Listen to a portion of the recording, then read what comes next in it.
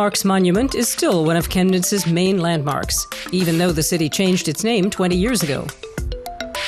Today, Chemnitz is a city that's still in flux.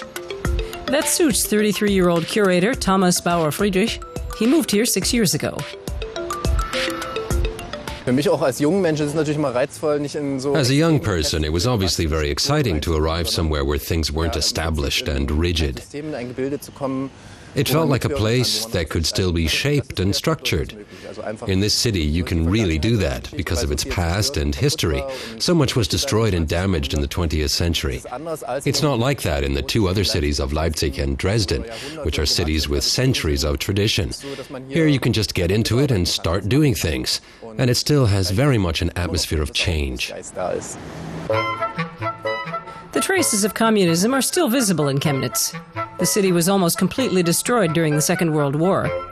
The East German leadership had the city rebuilt, concentrating on housing and leaving many areas as wasteland.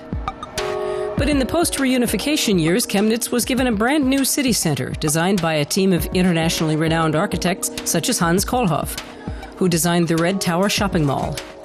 There was no shortage of space to work with. Before this new center, which tends to be called the Yuppie district, was completed, you could look across all the way to the next street and over to the outskirts of the city. That was before reconstruction began in the 1990s. But not everything in Chemnitz is brand new.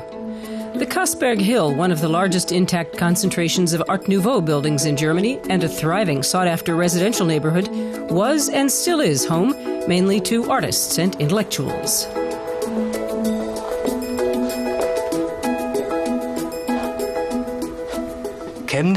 Traditionally, Chemnitz is a working-class town, but oddly enough, it's also one of the best-off towns in the former East Germany.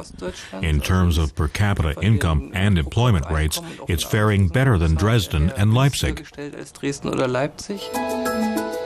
Chemnitz is also home to some impressive tourist attractions. Theaterplatz, with its St. Petri Church, Opera House, and Art Museum, survived the war unscathed. The city's art collections include works by the Chemnitz-born expressionist painter Karl Schmidt-Rottluff, as well as Georg Baselitz. The city is also a must for fans of the Neue Sachlichkeit style, or New Objectivity. The Gunzenhauser Museum displays works by Otto Dix, donated by a Munich gallery owner who decided that Chemnitz was a perfect place to exhibit his collection. The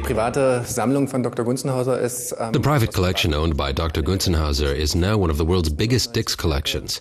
It consists of 290 works that he's been collecting since the 1960s, and it covers Dix's entire career, from his student years in Dresden until his death. It allows you to trace his entire development as an artist.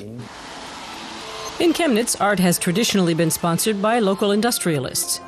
The city's history is inextricably linked to industry.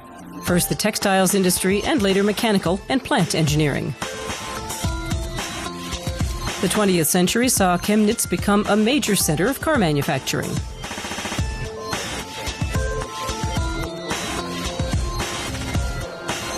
In the 1930s, Chemnitz was the headquarters of Auto Union, which was made up of 4 regional car makers: Wanderer in Chemnitz, Horsch and Audi in Zwickau, and DKW in the Erz Mountains.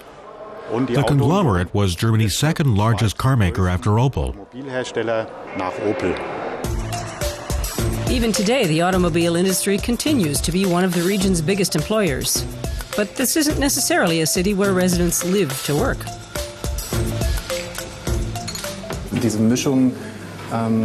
On the one hand, it's a big city with all its contradictions, upheavals, and tensions.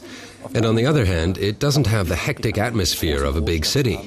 After a busy day, this is still a city you can relax in. For the time being, Thomas Bauer-Friedrich has found the place where he wants to be: Chemnitz, the city of modernity, as it likes to be known.